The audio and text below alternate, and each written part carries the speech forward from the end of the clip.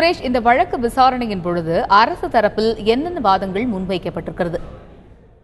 வணக்கம் வணக்கம் அதாவது இன்று காலையில் வழக்கறிஞர் பாலு என்பவர் தலைமை நீதிபதி அமர்வு முன்பு ஆஜராகி நேற்று திருப்பூரில் நடந்த இந்த தாக்குதல் சம்பவம் குறித்து முறையிட்டார். அப்போது இந்த தாக்குதல் சம்பவத்துக்கு காரணமான கூடுதல் காவல் கண்காணிப்பாளர் பாண்டியராஜன் மீது நடவடிக்கை எடுக்க வேண்டும் என்றும், இந்த காயமடைந்த பெண்களுக்கு சிகிச்சை அளிக்க மாவட்ட மருத்துவமனை நிர்வாகம் மறுத்து வருவதாகவும், அவர்களுக்கு சிகிச்சை வழங்க தேவையான நடவடிக்கைகள் எடுக்க உத்தரவிட வேண்டும் என்றும் கோரிக்கை விடுத்தார்.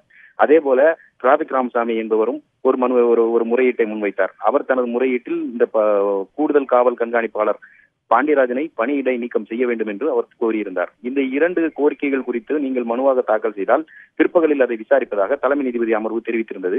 இதன்படி இந்த பிற்பகல் வழக்கு விசாரணைக்காக நீதிபதிகள் தங்கள் இருக்கையில் அமர்ந்த போது அங்கு ஆஜராகியிருந்த அரசு தலைமை வழக்கறிஞர் முத்துக்குமாரசுவாமி எழுந்து இதுபோல ஷாமலாபுரத்தில் நடந்த தாக்குதல் சம்பவம் குறித்தும் அது சம்பவம் எப்படி நடந்தது என்பது சொல்லும் போது, போராட்டத்தில் ஈடுபட்டவர்கள் காவல்துறையினரையும் காவல்துறையினருடைய வாகனங்களையும் தாக்கியதால் லேசான அளவில் தடியடி நடத்தப்பட்டதாக அரசு தரப்பு வழக்கறிஞர் தெரிவித்தார். மேலும் அந்த தாக்கப்பட்டவர்களுக்கு சிகிச்சை அளிக்க போதுமான நடவடிக்கைகள் எடுக்கப்பட்டுள்ளதாகவும், இந்த சம்பவம் குறித்து மாவட்ட காவல் கண்காணிப்பாளர் விசாரணைக்கு உத்தரவிட்டுள்ளதாகவும் கூறிய அவர், இந்த சம்பந்தப்பட்ட அந்த சாமலாபுரத்தில் உள்ள கடையை மாற்றி அமைக்கக்கூடிய அந்த உத்தரவை ரத்து செய்துள்ளதாக, சாமலாபுரத்தில் கடை அமைக்கிறதுக்கான உத்தரவை மாவட்ட ஆட்சியர் ரத்து செய்துள்ளதாகவும் தெரிவித்தார்.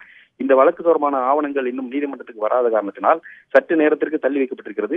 தற்போது மீண்டும் விசாரணை துவங்கி இருக்கும்.